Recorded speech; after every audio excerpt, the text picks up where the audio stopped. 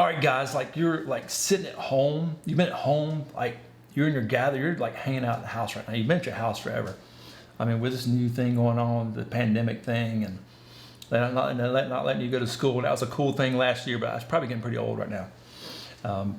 But as we jump in today, I want to talk a little bit. I want to talk about how you control your thoughts, like how you take things captive.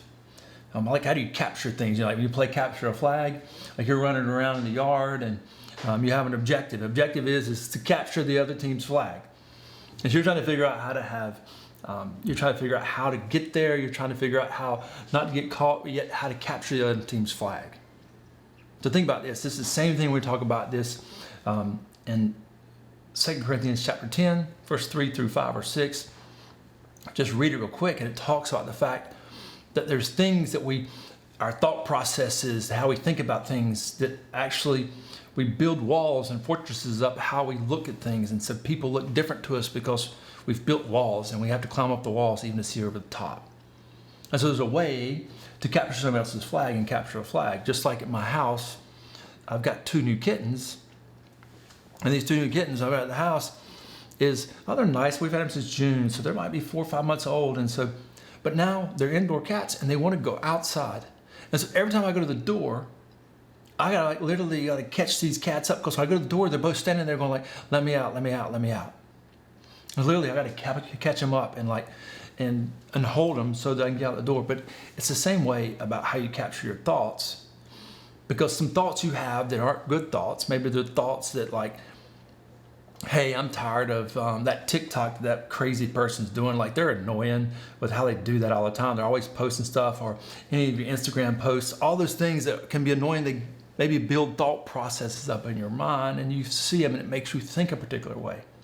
It's the same thing when I go to the door and my cats want out all the time. Is I've got to figure out how to keep my cats in so I can go outside. And what we have to figure out, I want to challenge you guys today with a couple of questions. Is it like, what are thoughts that come into your mind that really shouldn't be there? Like, I say shouldn't be there. What are like thoughts that you might share with your group today? Like, what are some thoughts that like aren't healthy? Whenever I'm looking at an Instagram post, it's like, it's just not a nice post. Or if somebody does this TikTok, it's annoying TikTok, like, what are you thinking about? And so does it make you think differently about a person? And so what kind of thoughts come into your head? So I want you to think about that today, because if you go to Ephesians chapter 5, Ephesians 5, real quick, 1 says, be imitators of God in everything you do. For then, if you are imitators of God, then you will represent your Father as his beloved sons and daughters.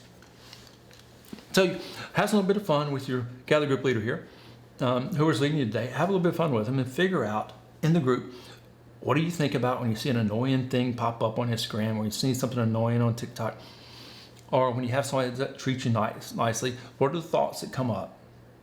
And I want you to figure out those thoughts and take them captive, like capture the kittens before they go out the door. Capture them like you capture a flag, playing capture a flag. Figure out there's a strategy behind that, because we're called at any age in our life, we're called to be imitators of God in everything we do as sons and daughters. Not that we have to be perfect, but we've got to take captive what our thoughts are.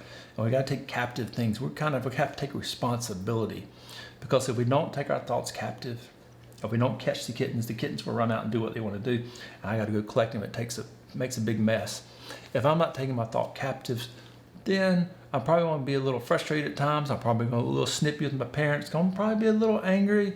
Going to probably have an attitude, and all those things eventually don't produce the fruit and the righteousness of what we're talking about. And we're less imitators of God, and we're more imitators of the adversary, right? We're more imitators.